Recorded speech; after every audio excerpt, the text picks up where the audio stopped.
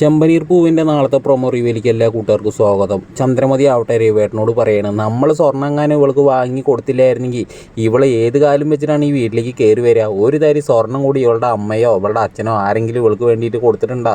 ഒന്നുമില്ല. ഇവളുടെ കയ്യിൽ ഒരു കുന്തവും ഇല്ല എന്നൊക്കെ പറഞ്ഞിട്ട് വളരെ മോശമായിട്ട് രവിയേട്ടൻ്റെ മുന്നിൽ രേവതിനെ കുറിച്ച് ഇങ്ങനെ പറയുമ്പോൾ രേവതിയുടെ മനസ്സാകെ തകർന്നു പോവാണ്. അപ്പോൾ രേവതി പറയണം, അപ്പോൾ നിങ്ങൾക്കിപ്പോൾ സ്വർണ്ണമാണല്ലേ പ്രശ്നം?